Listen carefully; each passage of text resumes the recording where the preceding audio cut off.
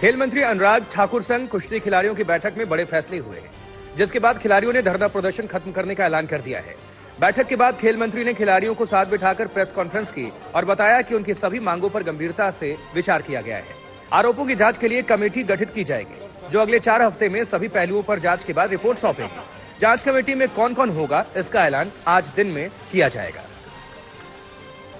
कि एक oversight committee का गठन किया जाएगा, जिसके नामों की घोषणा कल कर दी जाएगी। अगले 4 हफ्तों के अंदर अपनी जांच को पूरा करेंगे। कुश्ती संघ के अध्यक्ष बृजभूषण शरण सिंह को 4 हफ्ते के लिए कार्यमुक्त कर दिया गया है। खेल मंत्री अनुराग ठाकुर ने कहा है कि जब तक जांच चलेगी तब तक बृजभूषण शरण सिंह कुश्ती संघ अध्यक्ष का काम नहीं करेंगे, उन्हें साइड किया जाता है।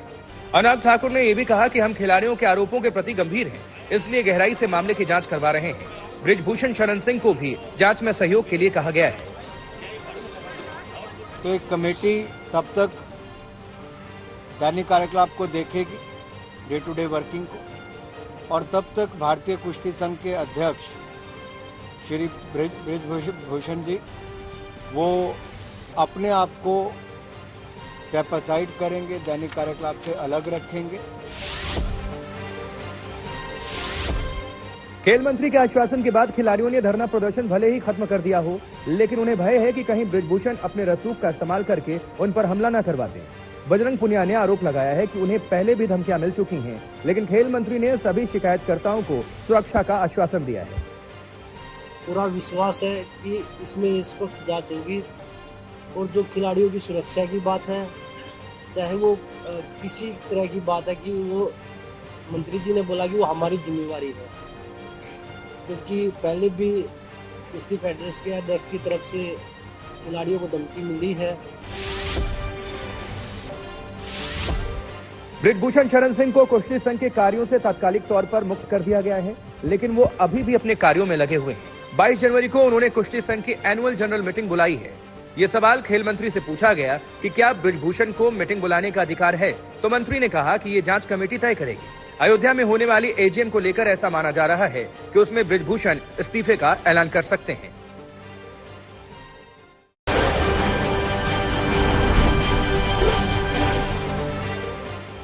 प्रधानमंत्री नरेंद्र मोदी ने देश के 71,000 युवाओं को रोजगार मेले के तहत नियुक्ति पत्र बांटे। वीडियो कॉन्फ्रेंसिंग के जरिए हुए कार्यक्रम में पीएम मोदी ने लाभार्थियों से बात की। प्रधानमंत्री ने लोगों को संबोधित करते हुए कहा कि वो 2023 का पहला रोजगार मेला है। नए साल की शुरुआत उज्जवल भविष्य की नई उम्मीदों के साथ हुई है। प्रधानमंत्री मोदी ने भरोसा दिलाया कि आने वाले दिनों में लाखों और परिवारों को सरकारी नौकरी में नियुक्ति मिलने वाली है।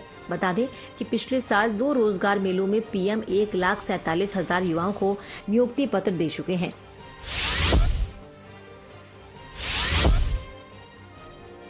मुख्यमंत्री योगी आदित्यनाथ के साथ जेपी नड्डा ने गाजीपुर से मिशन 2024 का शंखनाद किया। जनसभा को संबोधित करते हुए उन्होंने कहा कि जब सही बटन दबाया जाता है तो मेडिकल कॉलेज मिलता है और गलत बटन से माफिया जीतता है। गाजीपुर में उन्होंने पूर्व सैनिकों के साथ संवाद भी किया।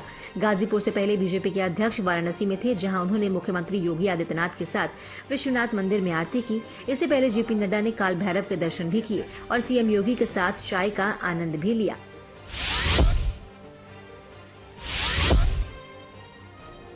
कांग्रेस की भारत जोड़ो यात्रा जम्मू कश्मीर में है। कल यात्रा के दौरान राहुल जैकेट में नजर आए। हल्की बारिश की वजह से उन्होंने टी शर्ट के ऊपर जैकेट पहन रखी थी, जिसे बाद में उतार दिया। राहुल गांधी के साथ यात्रा में शिवसेना के सांसद संजय राउत भी शामिल हुए। इस बीच जम्मू कश्मीर के पूर्व सीएम फारूक अब्दुल्ला ने राहुल गांधी की तुलना शंकराचार्य से की।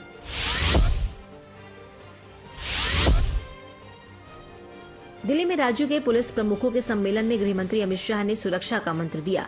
उन्होंने कहा कि गैंगस्टरों और आतंक के गठजोड़ के खात्मे पर जोर होना चाहिए। 3 दिनों तक चलने वाले इस सम्मेलन का उद्देश्य मजबूत आंतरिक सुरक्षा के लिए भविष्य का रोड मैप तैयार करना है। साथ ही इस सम्मेलन में साइबर सुरक्षा के मुद्दे पर भी बात होगी।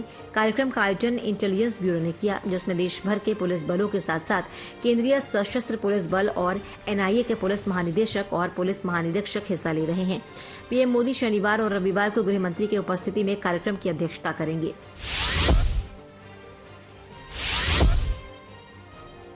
केजरीवाल सरकार ने उपराज्यपाल को फिनलैंड में शिक्षकों की ट्रेनिंग वाली फाइल फिर से भेज दी। पहले उपराज्यपाल ने मुख्यमंत्री को अधूरी योजनाओं को लेकर चिट्ठी लिखी थी।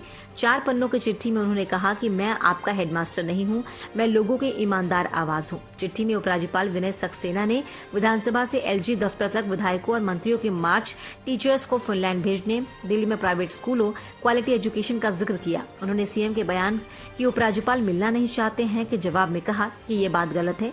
सीएम केजरीवाल और उप मुख्यमंत्री को मिलने के लिए समय दिया गया।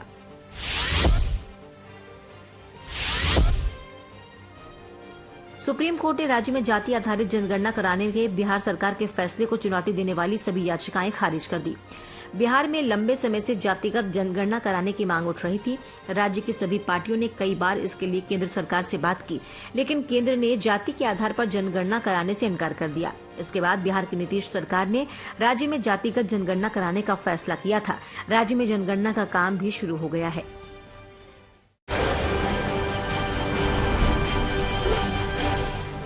पहाड़ों पर बर्फबारी का दौर शुरू होने के साथ ही पर्यटक भारी तादाद में बर्फबारी का आनंद लेने पहुंच रहे हैं।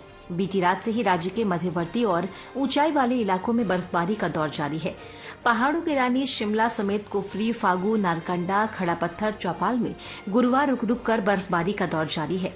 ताजा बर्फबारी के बाद तापमान में भी भारी गिरावट दर्ज की जा रही है। शिमला का न्यूनतम तापमान 0 के आसपास बना हुआ है। शहर में भी दिन भर हल्की बर्फबारी होती रही। खास ये है कि इस बार वीकेंड के मौके पर पर्यटन कारोबारी अच्छे कारोबार की उम्मीद जता रहे हैं। बीते लंबे समय से राज्य में ड्राई स्पेल चला हुआ था, जिसके बाद अब एक पश्चिमी विक्षोभ सक्रिय हुआ है, जिसका असर आगामी 26 जनवरी तक देखने को मिलेगा। फिलहाल सैलानी भी ताजा बर्फबारी का जमकर लुत्फ उठा रहे हैं। हिमाचल में मौसम ने एक बार फिर करवट ली है। जिला बिलासपुर में भी देर रात हुई बारिश से पूरे क्षेत्र में ठंड बढ़ गई और कोहरे से विजिबिलिटी भी कम हुई, जिसके चलते वाहन चालकों को समस्याओं का सामना करना पड़ा। बारिश के चलते तापमान सुबह शाम 3 से 4 डिग्री तक पहुंच रहा है। लोग ठंड से बचने के लिए अब आग का सहारा ले रहे हैं। बता दें कि लंबे समय के बाद बिलासपुर में बारिश हुई, जिससे किसानों को अब कुछ प्रतिशत फसल होने की आस बनी हुई है।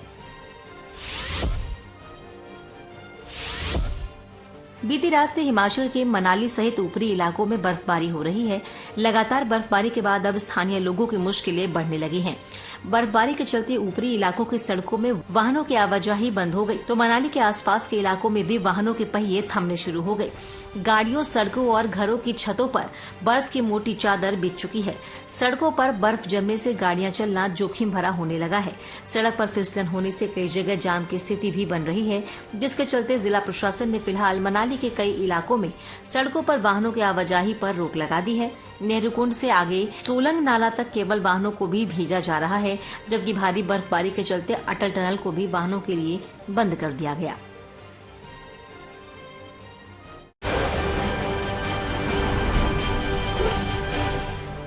बिलासपुर से अंबिकापुर जाते वक्त उदयपुर के पास भाजपा प्रदेश अध्यक्ष के काफिले में शामिल एक वाहन दुर्घटनाग्रस्त हो गई। इस दुर्घटना में 3 कांस्टेबल घायल हैं और 1 कांस्टेबल की मौत हो गई। अंबिकापुर में शुरू हो रहे कार्य समिति की बैठक में शामिल होने पहुंचे भाजपा के प्रदेश अध्यक्ष अरुण साव बिलासपुर से अंबिकापुर जा रहे थे, तभी रात्रि में सरगुजा के उदयपुर के पास काफिले की एक गाड़ी अनियंत्रित होकर पलट गई। इस दुर्घटना में कांस्टेबल की मौके पर ही मौत हो गई, जबकि 3 गंभीर रूप से घायल हो गए। इन्हें रात को ही उपचार के लिए अंबिकापुर ले जाया गया।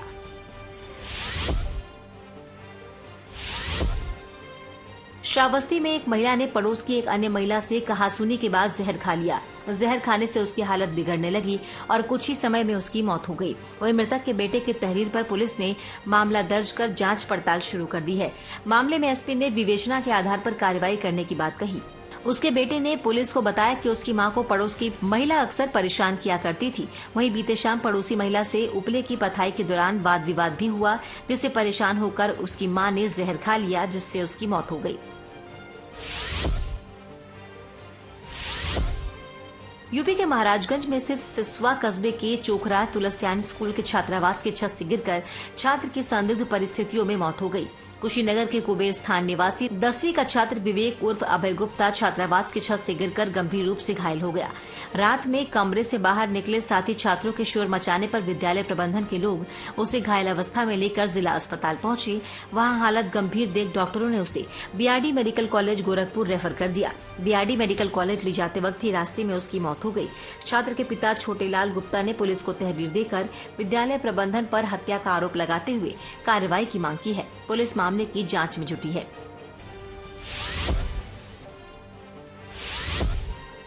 झांसी में बिजली के शॉर्ट सर्किट से एक मकान में आग लग गई। आग में वहां के रहने वाले फिजियोथेरेपिस्ट की झुलसने से मौत हो गई, जबकि बगल वाले कमरे में सो रही डॉक्टर की पत्नी को कमरे में आग लगने की कोई जानकारी नहीं हुई। पड़ोसियों से घटना की जानकारी लगते ही दमकल की गाड़ी मौके पर पहुंची और आग पर काबू पाया गया। बुरी तरह झुलसे अचेत अवस्था में मिले फिजियोथेरेपिस्ट को पहले जिला अस्पताल भेजा गया, बाद में उन्हें मेडिकल कॉलेज रेफर किया गया, जहां उन्हें परीक्षण के उपरांत मृत घोषित कर दिया गया। पुलिस के अनुसार कमरे में लगी आग इतनी भयानक थी कि पूरे कमरे को चपेट में ले लिया। जब कमरे से आग के लपटे और धुआं निकलने लगा तो बाहर कुछ लोगों ने देखा और फायर ब्रिगेड को फोन किया। आग लगने से घर में रखा सारा सामान जलकर खाक हो गया।